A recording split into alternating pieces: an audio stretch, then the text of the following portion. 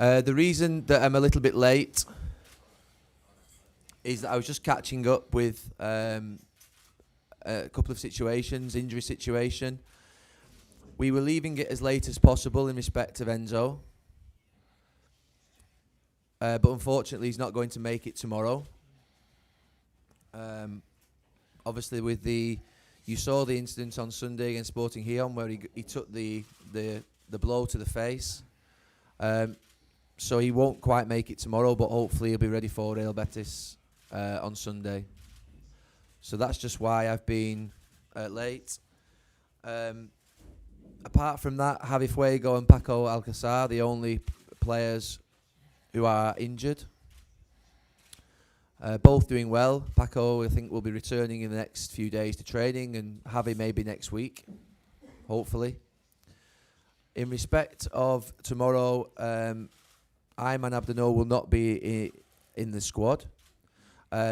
He's been fantastic this last 2 or 3 matches, but I think because we have so many games in Copa and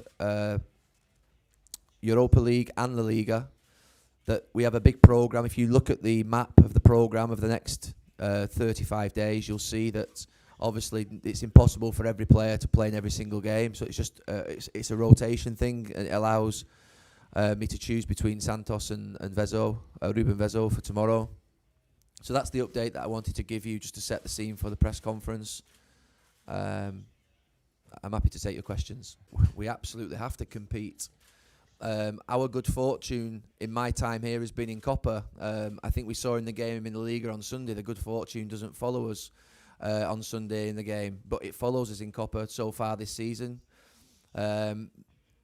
We have had good results. I agree that the performance against Barcelona a few weeks ago was determined. We were competitive in the game, and obviously we have to take all those qualities tomorrow into the new camp. It's obviously a big stadium, a big stage, an important match over 2 games, and the important thing is that we obviously return to the Mestalla with a big opportunity. That's the intent of tomorrow night. Have I been misleading you? I think you've been obviously a reporter for a long time, and you understand that, you know, when I sit here and say that this market is useless, I think that you see the transfers. I think somebody told me some information about this window, that I think there were only 39 transfers and only 20 million euros were spent in the whole of the transfer window in Spain. I know in other parts of Europe as well, it's been a very disappointing window. I think that when I say a word like useless, I mean it. Obviously, there is some business done, but I don't mean it literally as in... And actually, I think we've done 2 very good bits of business. If you'd said to me 2 weeks ago, would we get Sikira and Cheryshev, I would have said, no possibility. I don't see this coming. But I have to say the work of Suso yesterday in particular was fantastic work. You know, it's a player like Cheryshev becomes available at, I think it was something like 2 o'clock yesterday afternoon. It's a gift. This is a player that's been on the Valencia club radar for, I think, probably 12 to 18 months. It's not just appeared like this. You know, it's a player that you just don't think will become available. And I agree that I think we should do this transfer. But, you know, I don't lie to you. I mean, but I also don't tell you everything. I think you understand that I have to keep some secrets. And I didn't have a secret. The Cheryshev deal is just... It appears. It's not a... I didn't know about this 2 weeks ago. Sikira, yes, we discussed Sikira, but again, that's because circumstances with other players in the squad develop, and you have to be adaptable. And the reason that obviously the club bring in the sporting director is to be in a position to be able to react and to be adaptable and to be able to see what's happening. And obviously the proof of the reason that Suso is here is I think come to the fore yesterday. But please don't be upset that I lie to you. You asked me for 4 weeks for signings. You seem disappointed now that we have 2 signings. The 2 games that we've played against Barcelona and Real Madrid in the last month, last 5-6 weeks. If you want belief, if you want any convincing that our players, I think this type of game is made for our players. They've shown that in the game against Barcelona in the Mestalla and against Real Madrid. They've thrived upon this challenge. They've risen to the challenge. And I think that in those two performances, there is enough evidence to suggest that we will be competitive in the game tomorrow. But we understand the difficulty of the opponent. You understand the difficulty of the opponent. But my players are made for this type of game. In the last 4 or 5 weeks, they've done very well in this type of match. Thankfully, that's not our problem in respect of what's happened previously. I obviously am aware of the situation. I was aware of the situation before I came to Spain. Even it was obviously something that I was aware of. I know that there's been a lot of communication, social media about this potential situation, about I don't know what word you would use, the irony. Irony is the word that I would use in England. And it's certainly something that provides an interesting slant for you, but it's not something that I'm focusing on. I know that you will, as the media, it's a very good angle to approach this game from. But from my point of view, I'm just concentrating on every player that we have in the game in front of us. I think that's our job. That's something that we've had to do. If you remember when I came to the club, there were a number of players who were in this type of position who maybe just needed more minutes or needed looking after from a fitness point of view. I think that the fitness plan that we've had for the last period of time, 6 weeks, has been a big success. We're looking at a far stronger, fitter team now, and I think that I agree with you that we need to manage both new players, help them integrate socially, physically, and obviously tactically into the team. Technically is not a problem. These players are technically very good, but I agree that we need to massage them into the team over the next week, 2 weeks, and use them in the correct manner. But we're in a good position. Yesterday, I feel today we are a stronger squad, and that we're, in terms of all our players now, look like they're getting fit. Paco is getting fit. Javi's getting fit. Small problem with Enzo, but I think that'll be resolved quickly. It's not a fitness problem with Enzo. It's just obviously he's taken a little bit of a blow to the face. So I think in terms of all the players now, when I see that out on the training pitch this morning, 22 players, and most players out there, I feel like we're in a position to be able to now assault. And the only disappointment of the last few days is the result on Sunday against Sporting Gijon. The performance, you saw the performance. I think it was a good team performance. But we have some things that go against us in the game. There's some fine details that will be the difference between winning a game 4-0, and losing a game 1-0. And I think that ultimately now I feel in a strong position. I've got more belief, in terms of where we're at, because the performances are better, the fitness is better, and we have a stronger squad. No, I think in terms of Jose Gaya, I mean, you need two left backs, and with Lucas leaving. And wanting regular first-team football, and the opportunity for him to leave was there. I wanted to bring in another top-quality left-back.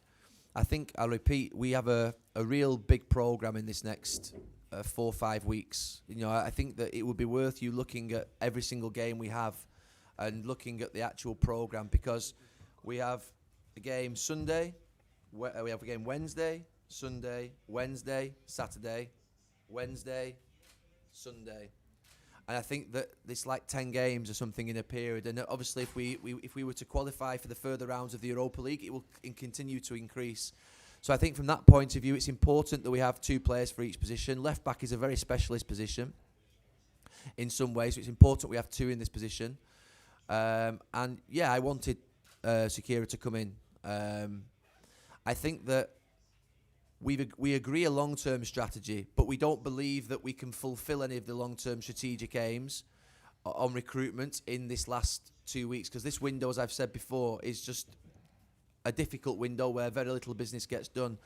But when the idea of Sekira came up, you think, well, that fits not just the short-term strategy, because obviously Lucas is leaving, but also the long-term strategy. And secondly, in respect of Cheryshev, again, this is something that you think a player like this does not become available, and it has become available, so we acted. I think the fans would want us to be in a position to be mobile and to act if the players are there that will strengthen us and actually fit the long-term goals of what I want, what the club wants, and what the sporting director wants. And I think that's where these 2 positions and signings have come from. This is not a panic. Please be clear about that. I'm happy with my midfield. No, I'm happy with my midfield players. I have Enzo Perez, Andre Gomez, Zaibo, Danilo, Dani Parejo, Javi Fuego. I have 6 midfield players. So from my point of view, no, I'm happy with my central midfield content. 6 players that I have. No problem. Dos últimas preguntas. Buenos días, Mister. Pablo Medrano, de Deportes 4. Mister, si tuviera que apostar, como hacen ustedes mucho los ingleses, que apuestan mucho, ¿usted me recomendaría que apostara mañana a que Cherichev es titular con el Valencia en el Camp Nou?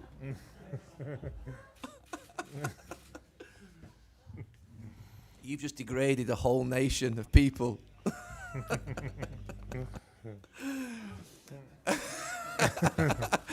We all like to drink beer and bet.